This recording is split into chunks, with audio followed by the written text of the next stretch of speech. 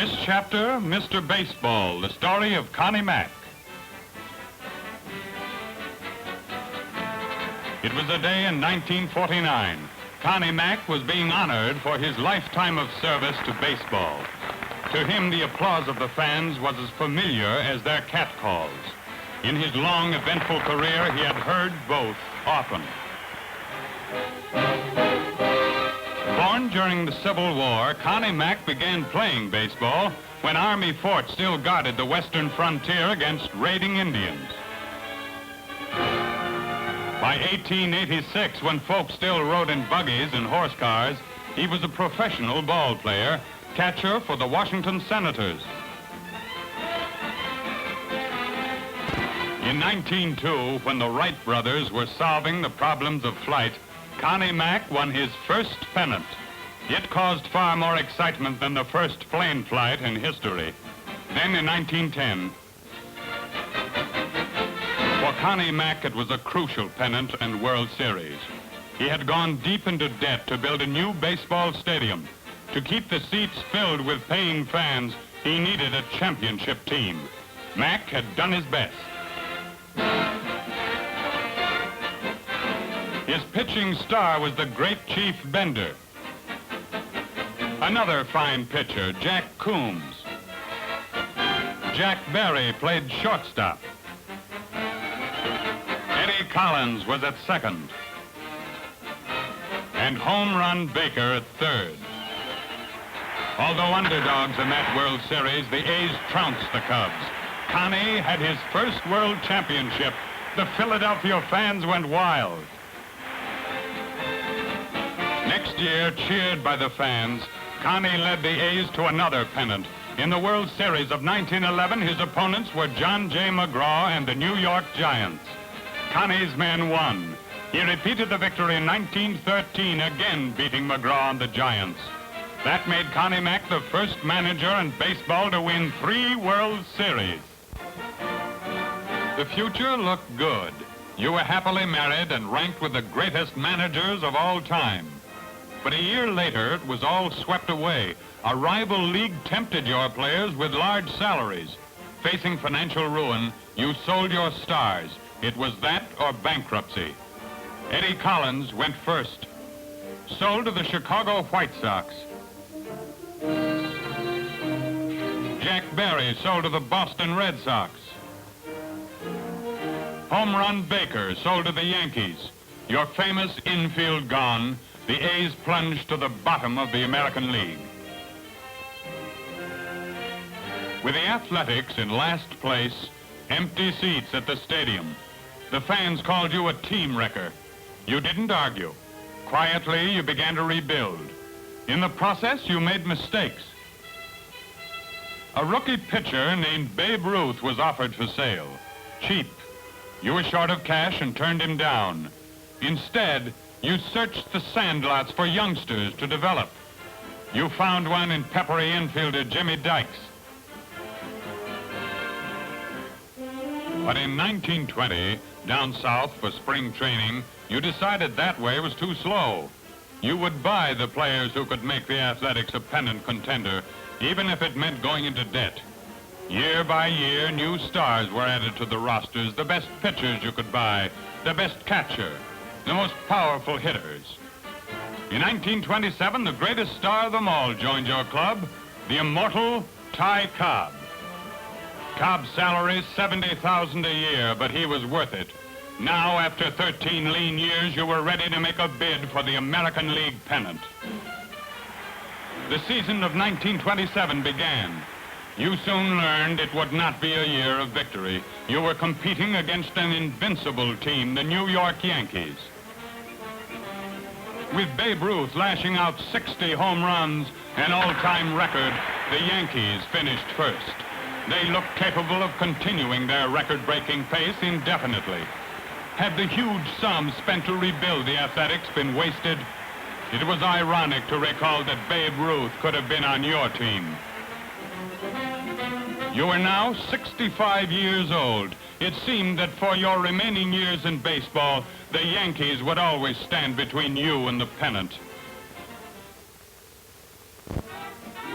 Connie Mack had been discouraged in 1927. But 2 years later, the Athletics faced the Chicago Cubs in the World Series. Pitching ace Lefty Grove had won 20 games. The batting lineup contained great sluggers: Bing Miller, Mickey Cochran, Al Simmons, Jimmy Foxx. With Grove on the pitching staff were Quinn, Wahlberg, Rommel, and Earnshaw, an outstanding team. The first game of the series was played before President Herbert Hoover. There was one big question as Mack and Chicago manager Joe McCarthy shook hands. Who would be Connie's starting pitcher? He chose Howard Emke, a has-been. The fans were amazed, but Emke struck out 13 Chicago hitters, a new World Series record. The Athletics won the first game with ease and went on to capture the series. After 16 years, the World Championship, the applause was sweet to Connie's ears.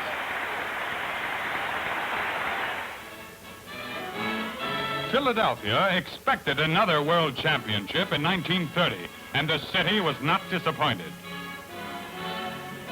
But in 1931, it was a different story.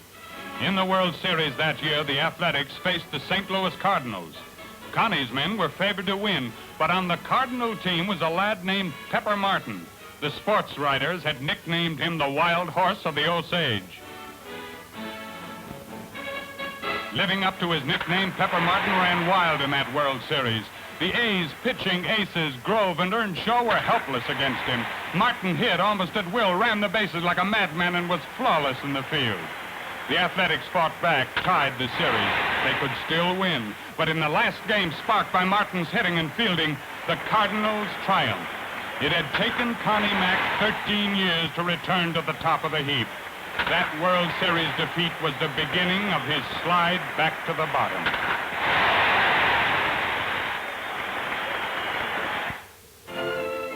Connie went back to Philadelphia, and trouble. A depression gripped the country. Unemployed men sold apples in the streets. Money was scarce, and Connie couldn't meet his high-salaried payroll. Sorrowfully, he broke up his greatest team. Al Simmons, his great slugger, was sold.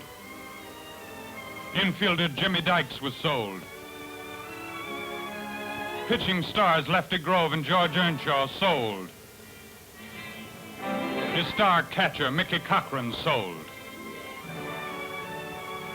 Jimmy Foxx, one of the greatest sluggers of all, sold. They had to go. One bright spot in the picture. With Babe Ruth, you sailed to Japan in 1934, leading a team of American League stars to play against the Nipponese. You received a royal welcome. The Japanese rightly regarded you and Ruth as giants of the game. The Bambino demonstrated his batting form. He missed the first ball, then slammed one of his mighty homers. But it was only a pleasant interlude. 1937, President Roosevelt tossed out the first ball to start the new season. He was 74 years old. Had the time come to quit? Not yet. You wanted to win one more pennant. Spring training, 1939. Still pursuing that last pennant. Could you fashion a pennant-winning team out of these players? You tried hard, but didn't succeed. During that season, you were taken seriously ill in Boston, back to Philadelphia and the hospital. Was this the end? Was the grand old man of baseball through? It looked that way. But you recovered. The years rolled by. Now it was 1946. In spring training, you combed the newcomers for material to whip into a championship combination. But it was the same old story. No sluggers like Foxx and Simmons. No pitchers like Lefty Grove. You showed the rookies how to handle the ball. But you knew before the season began that there would be no pennant this year. 1950, you faced the inevitable. 88 years old, you gave up managership of the Athletics to an old-time star, Jimmy Dikes. You couldn't have that last pennant. but you could look back on a lifetime of unequaled accomplishment in baseball. You had received many honors. Your wife had reason to be proud. From Judge Landis to President Will Harridge, the leaders of baseball had proclaimed you their peer.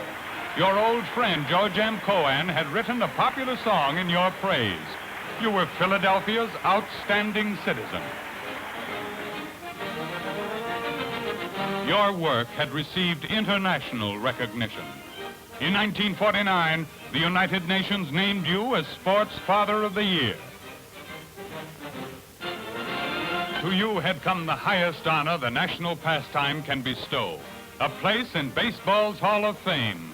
There on a plaque listing the immortals of the game is the name of Connie Mack, placed there in recognition of your half-century of leadership. Although you had never won that last pennant, you received something far more precious, the title, Mr. Baseball. The greatest drama was brought to you by the General Tire and Rubber Company and your friendly General Tire dealer, who sells America's top quality General Tires and tubes. Be with us next week at this time when the General Tire and Rubber Company and your General Tire dealer presents another chapter from The Greatest Drama.